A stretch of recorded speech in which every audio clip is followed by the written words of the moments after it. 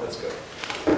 Hi everyone. We'll talk about TDD, which stands for Type-Directed Development, as everybody should know. Not aware of any other meaning.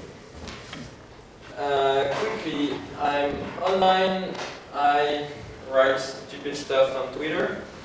I have a blog that was neglected for a few months. And I write sometimes for Clément blog. Don't hesitate to write stuff on Twitter. As soon as I go back to the main room and get the Wi-Fi, I will to answer you. In my day-to-day job, I'm a CTO at Clément. It's a platform as a service company. We host web applications and databases in a wide range of technologies, and we support Docker. Docker, so if you have strange stuff, like we have applications written in Smalltalk or in Elixir running in Delafargue as well, of course. So give it a try, and I can talk about it for hours if you want. I'm maybe CTO, but I consider myself as a functional programmer. I started as a self-taught PHP programmer, and I evolved from that. And the reason why I was very attracted to functional programming is very simple. I make stupid mistakes all the time, and I found that embracing functional programming helped me a lot into reducing these stupid mistakes, or at least I still do these mistakes, but they caught very early. Let's start with a simple example. Let's say we have this terribly designed HTTP endpoint. Sorry, Postman and Roy Fielding. We have an endpoint, we give it a number as a query string parameter, and we add 5 to it.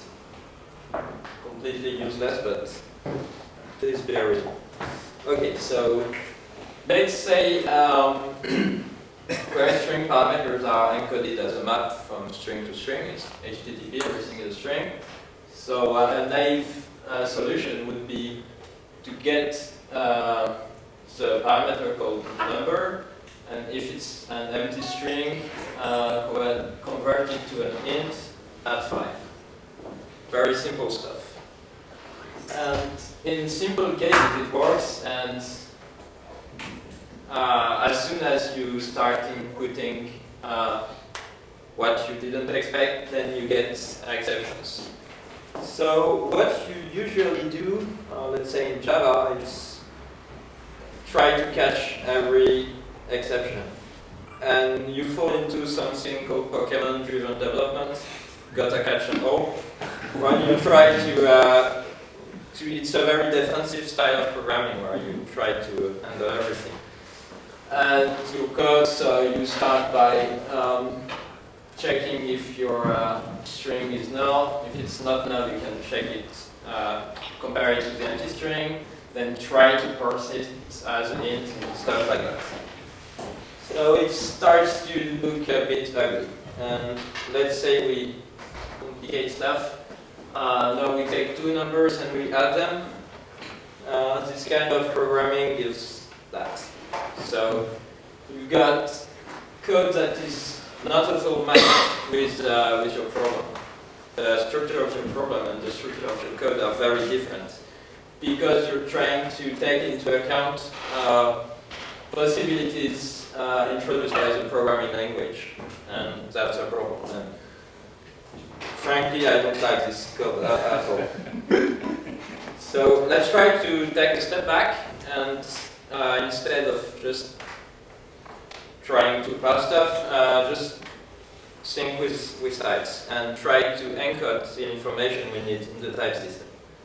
First thing is that I was trying to access a value in the map without checking if the key is defined. So from a map and with a key, I can get a value.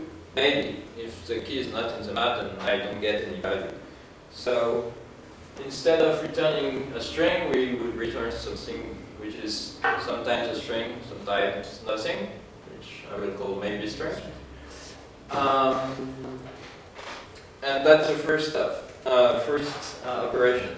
Another operation from a string, I can get an int.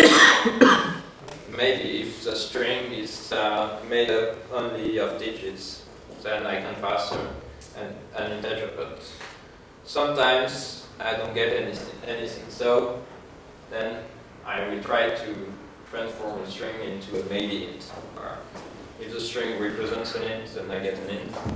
Else I don't get anything. You may have recognized the pattern is called option in Scala or in OCaml.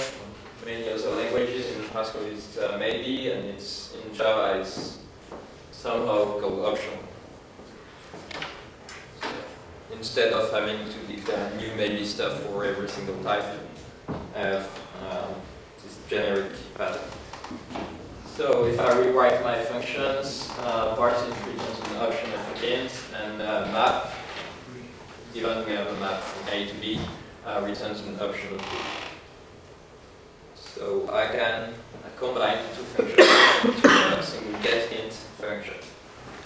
And the idea is I get an option of a string, and if it's defined, I transform into an option int, and then if the first option is defined and if the second option is defined, then I get my other stuff. The idea is that I've encoded sequentiality into the process. It's an occurrence of something called a monad or a burrito. Those can buy the word monad. There are some other synonyms. Okay, so my final code is that I try to get an int from n1, I try to get an int from n2, and if the first int is not defined, I get 0 as a default value, and if the second int is not defined, I get 0. The idea is that you precisely see where you're injecting your fallback values, whereas there are many different places where you inject your fallback values, and it's not at all important. I would say that's a bit better. The idea is to try to have code that is correct by construction. If your types are okay, you're not able to construct incorrect programs. Another way to phrase this is to write programs that are obviously correct. If the structure of your program is the same as the structure of your problem, then you can see very easily if your solution matches the problem.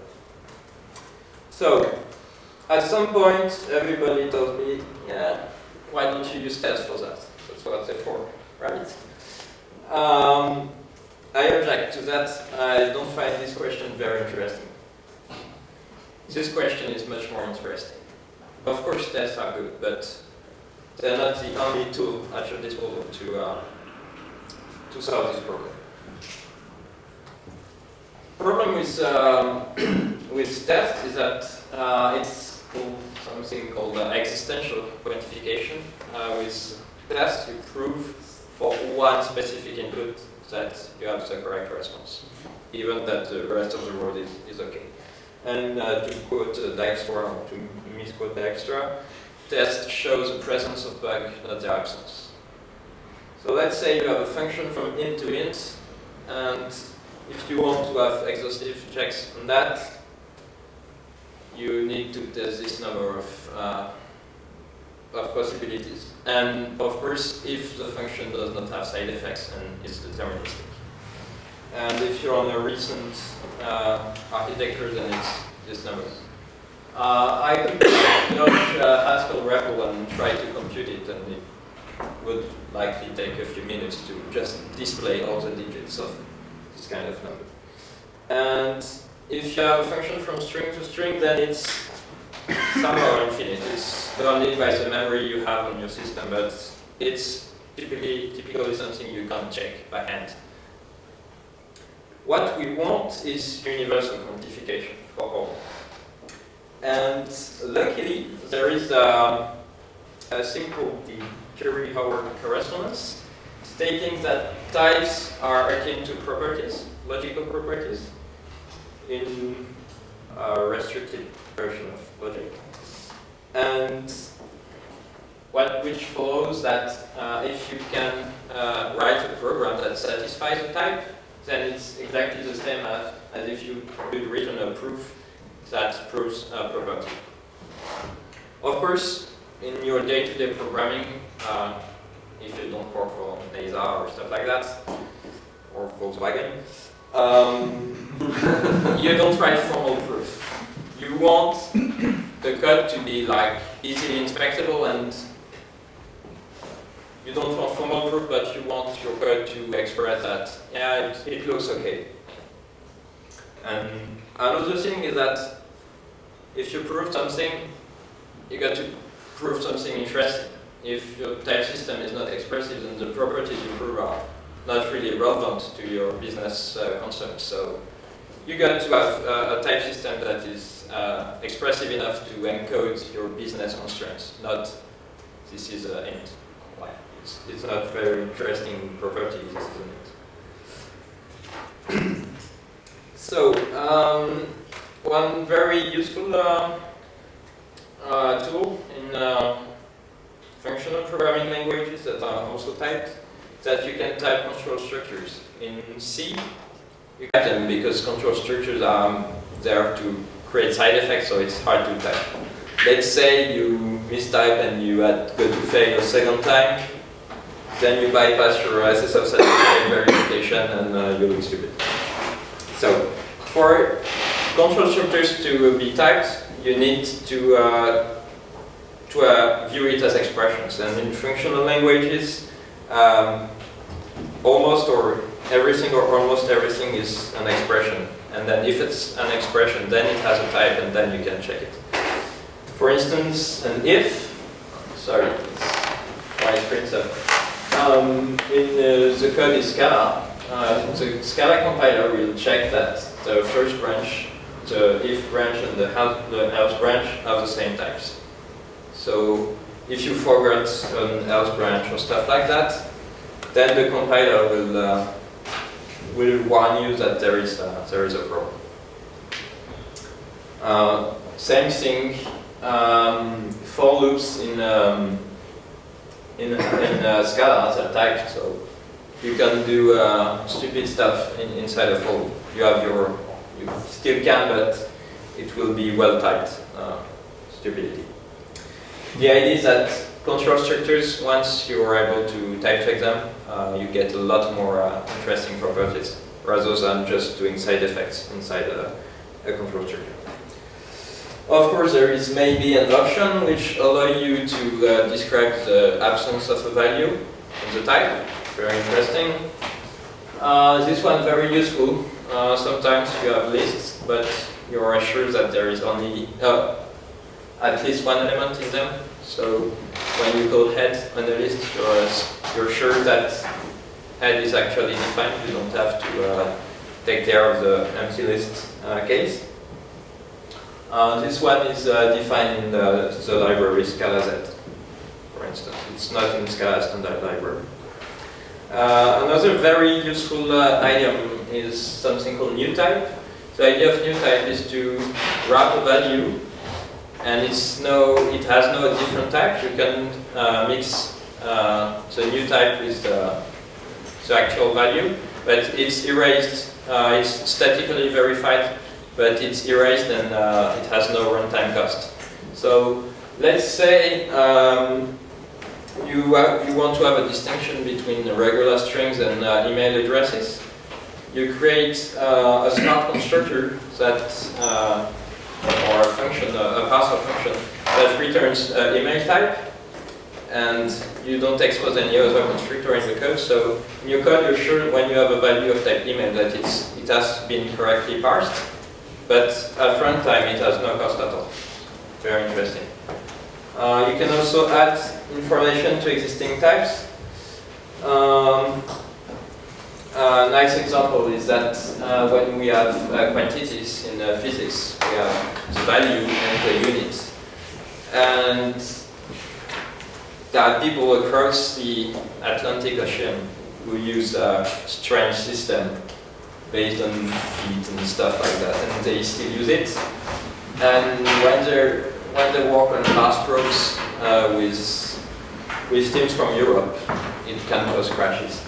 So you can tag int type with a meter marker saying this is a length in meters, or this is a length in miles. And the compiler will prevent you to mix miles and meters. And more recently in the language Rust, there's been something interesting where they put memory management inside the type system. So you can't like double free a variable, and it's not verified at runtime. It's not handled at runtime. It's statically verified at compile time, and it's in fact a bit more general than just memory management. It's resource management. You acquire your resource, you do your stuff with your resource, and then you close the resource. And that allows to manage file handles as well as memory. And this is something a garbage collector can do. Garbage collection is for variables allocations, not other kind of resources. But all this stuff is very nice and stuff, but that's not the most important thing. The most important feature you want in a language to be type safe is something called parametricity, or if you come from Java, you may know them as generics. So if you're looking at a language that's statically typed but has no generics, something misses, and it's a big problem. So static type systems without generics are not really nice to use. And when I discovered generics, I saw them as a means to not repeat myself. But that's not their main point. The idea is that if you have a type parameter, you can't make any assumption about that type, and it prevents you from doing stupid stuff with that type. So let's say we have a function from A to A. So if the function doesn't stupid stuff and doesn't crash, big if, it can only return the value we have given to it. Because we don't know anything about A, so we can construct a value of type A from nothing. So the only way we have to return a value of type A is to just get the value we were given. Of course, it can do stupid stuff, but if we exclude stupid stuff, it can only return its argument. In a more complicated way, we have a function called compose, taking a function from B to C and a function from A to B, and it returns a function from A to C. The only sensible implementation is taking the value A, applying F, and then applying G on the result. So it's the only sensible implementation. Of course, it's two very nice cases where there is only one sensible implementation, but even if it's not the case, you can still get properties. So we have a function taking a list of A and returning a list of A. The type doesn't give us everything, but we have interesting properties. For instance, if we call it on the empty list, we are sure that the result has to be the empty list. Same thing as before, we can construct values of type A from thin air, so if we don't have any value of type A, we can return any. More generally, if there is a value in the result, then we're sure that it was in the argument. And more generally, there is a paper called Theorems for Free, which explains how to derive theorems from generic type signatures. For instance, let's say we have a simple list with a filter method on it. You give it a predicate and it returns only the elements that satisfy it, and a function map that applies in transformation to every element. Theorems for free say, for instance, that if you do the map before the filter, it's the same as if you do the filter before the map. You don't have to write any test for that. It's proved mathematically. If you follow a simple discipline, of course. First one is the don't use no. And you all know why no's are evil, like dreaded no counter exception. I will try to present it another way that is also interesting. So we know that types and properties are the same thing, and proofs and programs are the same thing. So what is null? Null is a value that can inhabit any type. So if we go to the logic side of the correspondence, null is something that can prove anything. And a logical system in which you can prove everything is inconsistent and therefore quite useless. So if you allow null in your programs, then everything can happen. In the same vein, don't use reflection. Reflection breaks parametricity. The whole point of parametricity is that you can make any assumption on the type parameter. If you use reflection, then you are able to make assumption and have strange behaviors. Let's say we have a function from A to string. If we follow parametricity, then the only sensible thing we can do is that discard the parameter and return always the same string. Of course, if you're able to inspect the types at runtime, then you can break parametricity and you make the type silent with lie. Same stuff with toString equals hashcode, stuff like that. You add behavior to every single type. So then you're able to call the same behavior on any type, and you break parametricity as well. Okay, no exception. It's the same as no. You can always return an exception, and then you can always prove anything, and then you break your logical system. So the last part is a bit harder to get by. The idea is to effectively ban side effects. So a bit more extreme. Let's get back to a function that should discard these arguments. If we do like side effects like launching missiles and access the environment, then we break every property we could have derived from that. So to avoid side effects, instead of having a program that performs side effects, you have a program that produces a description of the side effect. And then you produce something which is interpreted at runtime, but the program is effectively side effect free. There is a nice little paper called Fast and Loose Reasoning is Morally Correct. It basically states that even though your language doesn't enforce all this, and there is no slide, but unbounded recursion is also to ban if you want to respect parametricity, but it would make you ban all Turing-complete languages, so it's a bit hard. The idea is that if your discipline, even if your language doesn't enforce it, it still works quite well. Okay. Let's get back to type-directed development and what the hell is that? It's not a silver bullet, and there are lots of people very enthusiastic about static type system who say that it will solve all your problems, and if you don't use them, you're a bad person. That's a bit extreme.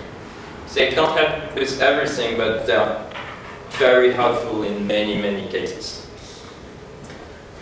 First one, of course, is confidence. Like the stuff I do in Haskell or Scala, I would never try that in JavaScript, for instance. In JavaScript, every time I rename a variable, I have to triple check my code.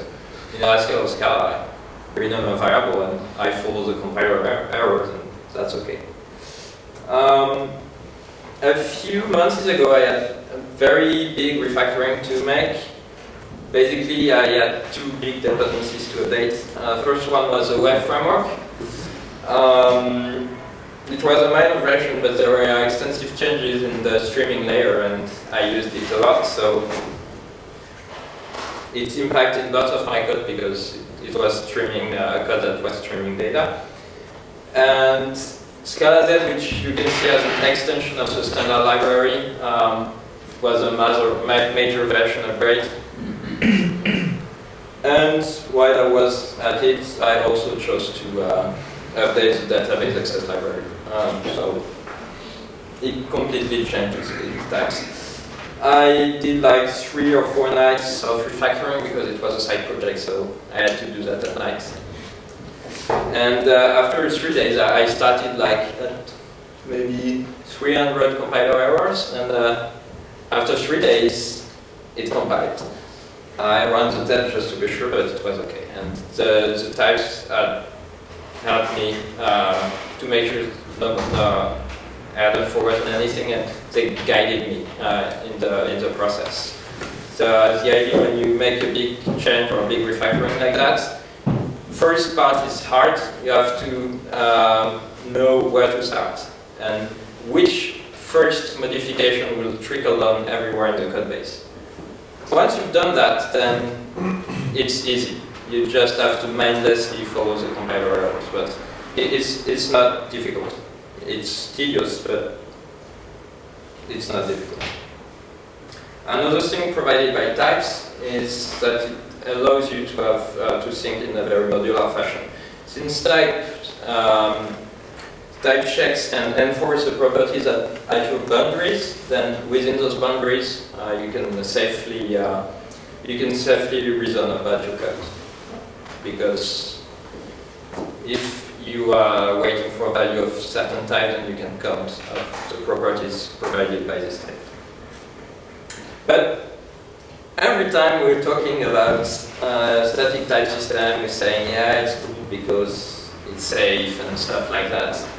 And I think it's unfair because it's not just safety. In the same way, test-driven development proponents will say it's not about catching bugs, it helps with the design. And it's exactly the same thing with types. With types, you've got a very concrete and very practical way to design your programs. And you don't have to write the actual code. If you have the type signatures, then you can have the type checker ensure consistency step by step. You don't have to write actual implementation. You still have verification of consistency. In Scala, you've got a magical value called 3 question marks. And basically, you can use it as a placeholder. And then you can start to write implementation. And you won't have to write the implementation for every method, but you will be able to type check as well. In Haskell, you've got undefined for that. So the idea is that when you're launching something in production, you just do a grep for this symbol. In better languages, you can separate type check from compilation. In Idris, for instance, there is something called meta variables. So it's a placeholder. It will go on with a type check, but it won't produce a binary.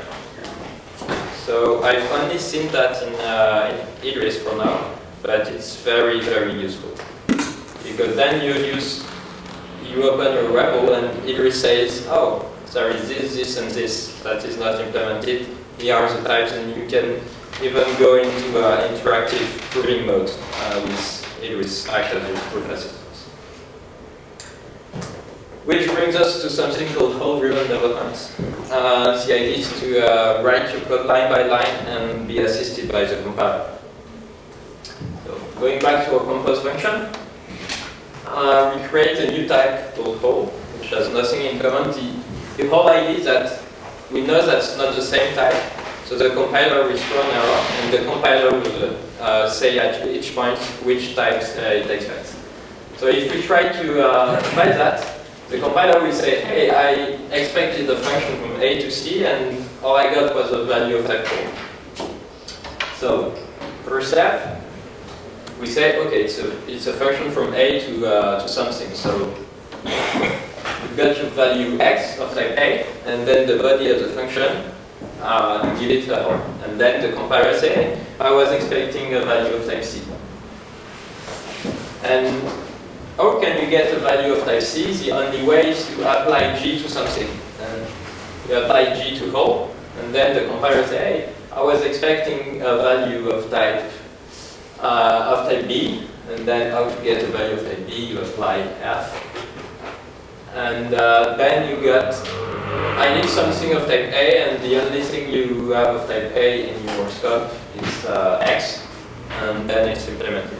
It's a very simple example, but it works quite well with more complicated stuff, and especially when you're using more complex libraries that you don't really know, or libraries relying on very advanced category theoretical stuff. Then you can just go into this one, and if it's very abstract, when it compiles, it's usually okay. Usual. You can, as an example, try F to implement fmap if you want. Same thing. So, you may be familiar with the test-driven development cycle, right? Green refactor. It's actually kind of the same in type-driven development. So instead of running your test, you run your type checker. And instead of having existential quantification, you have exhaustivity. That's kind of nice. So it's not just about safety, it's about helping you design your programs.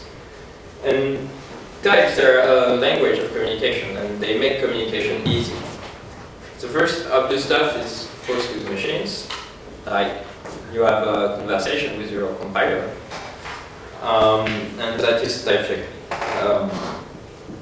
It's also very good for tooling, because if you have types and your IDE is able to refactor for you, stuff like that. But it can go a bit further. I will show you.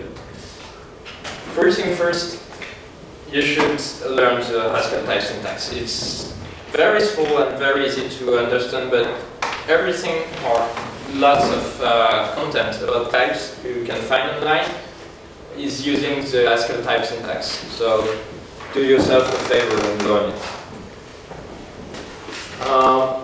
This is a function from A to A. If the type begins with a lowercase letter, it's a generic type. If it begins with an uppercase letter, it's a concrete type. This in Haskell function take only one argument. So you can see this as a function from A and B to A. Okay? You can also see as a function from A to a function from B to A. If you look at functions like exponentials, it's the same way as saying C to the power of B to the power of A is the same as C to the power of B times A. It's another talk, but it's a bit fun. It's very useful in terms of composition, because you can create functions on the go by partially applying stuff. With the fat arrow, you can say, I don't know anything about A, I just know that I can compare two values of type A. So it's called type classes, and it allows you to have ad hoc